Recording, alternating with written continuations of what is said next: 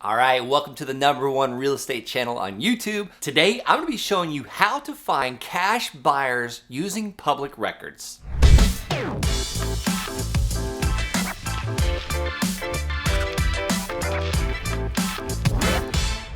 Hey, welcome back. In this episode, I'm going to show you one of my best ninja tricks, one of my best tools that I find cash buyers buying our real estate deals today in this economy, in this real estate business, using public records. But it's not just going to be any tool. This tool is going to scrape public records and make your life easy.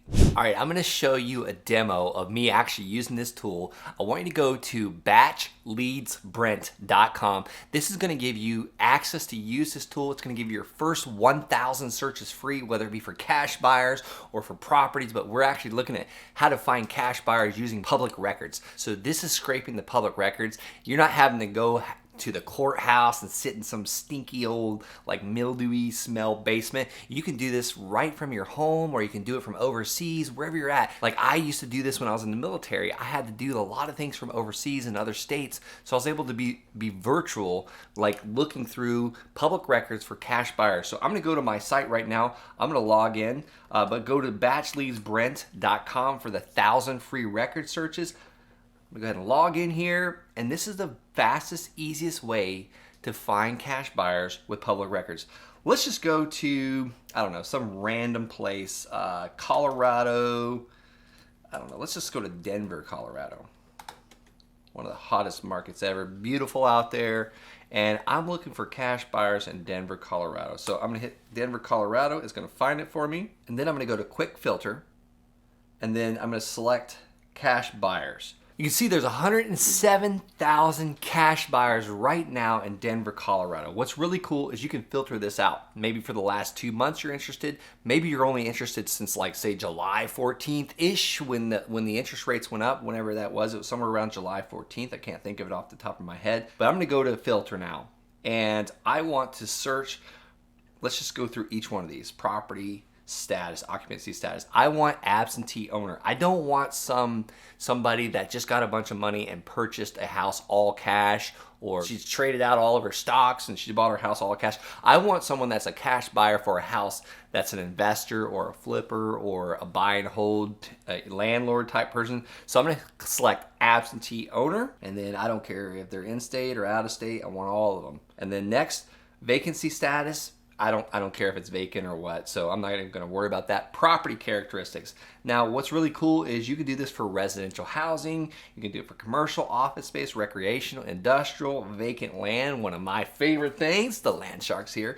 I'm wearing the shirt to represent it. But let's just say that you are looking for, just to be simple, a residential single family home. So I'm going to select single family. You could do it for townhouse, you could do it for cluster house, condominium, mobile home, rural, residence, plan unit, development, you name it. We're just gonna select single family to be simple. All right, so you can also search by bedroom. Maybe you only want 3-bedroom, 2-bath houses, and these are cash buyers buying 3-bedroom, 2-bath houses. Year built, maybe you're only looking for cash buyers at like 1968 homes. Stories, home features, this gets crazy. Pre-foreclosure, ownership info, this is the next thing I'm really interested in. So the last sale date, this is really cool. You can do the last 3 months, the last 12 months, or you can select a certain date. I mentioned, July 7th. What's also cool here is you can change this, how this scrolls. So right here, you can just change the scroll line, like the last sale date. That really doesn't change, but you can adjust it by this. I like keeping the numbers, so I go back to the numbers, and then last sale date, I want from, let's just say from July 7th, August, September. So that's a little over, what's that, 5 weeks? Or actually that would be more than 5 weeks. It would be 4, 8, about 7 weeks. So let's just keep it simple and go July 7th, 2022 to September 14th, 2022. And then check the box, make sure it's saved up here, apply it, and make sure it applies it over here. And it does not look like it applied, so let's do it again. There it is. All right, so apply it now. And it looks like there are 451 cash transactions, absentee owners. Let's just go ahead and check them all. In Denver, Colorado, absentee, out-of-state owners, residential single-family homes, last sale date 7/7/2022. Save that. and we can call that filter name Denver cash buyer. Save that. And then I want to go and select all of these, select all. I want to select all 451 of them, and I'm going to add it to my list. So create new list. So Denver cash buyer. And then it's probably a good idea to put the date on here to present. And then we'll do the same tag just for the heck of it. Control C, create new tag, tag name, and save it. Now 451 properties to Denver cash buyer present. You'll get a notification once it's complete. So this takes a couple minutes. So we're gonna do a little quick pause. All right, so while we're waiting for that list to upload, go ahead and smash that subscribe button and we'll keep going. All right, so that should be enough time. Usually I go and make a quick coffee and then the list is in there for me. So the easiest way to find this list I just saved, I go to my face here, my name here, and I hit the drop down arrow, and then I want to go to my workspace. And then when I get to my workspace, I'm gonna go to data management, select data management. You can see all the other lists I've gotten here. So you can kill it, you can delete it, you can rename it, you can edit it, and I wanna view it, the eyeball. So what's really cool about this is it kind of gives you how you can sort and filter, so we'll check that out later. I'm gonna select all of these, and 450 of them are selected. Let's just say that I only want to do, I don't want to get too crazy. I only want to select like maybe just for this example purposes so it skip traces it really fast for me. And then what's really cool is you can actually individually skip trace all these. You can look at it on a satellite. You can kind of see what it looks like by dropping the actual little Google man. You can kind of do a little quick 360 view. Look at that house right there. We should be mailing that house and calling our cash buyers. All right, so let's get out of here. I'm just gonna select the top, quickest 10 ones. 5, 6, 7, 8, 9, 10. And I'm holding the command button. I don't think I actually had to do that. No, I didn't have to do that. And then I'm gonna go to actions, and then I want to skip trace this list, and then I can assign it to a certain list. I can call it a file name. I'm just gonna call it Denver cash buyer, and then 10 records. I'm gonna pay $1.20 to skip trace this list, so 12 records, and then I'm gonna skip trace it.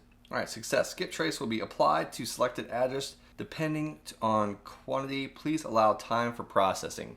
All right, so I go and check my email. I see they've already notified me. It was a quick pause. I didn't even get to make a coffee this time, so I hit the login button. I'm already actually logged in, but I'm gonna go to my list here that it's gotten for me. All right, so the fastest way to find that list that we just skip traced, we actually go back to the drop down arrow, go to my workspace, and then data management. And then remember that I only chose the quick top 10.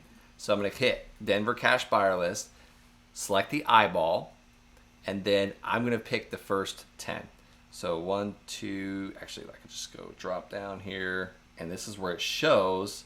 Cool, right there. Here's the emails, here's the phone numbers.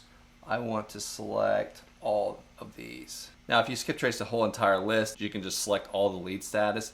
Since I actually didn't really want cash buyers in Denver right now, I just chose 10 of them for the heck of it.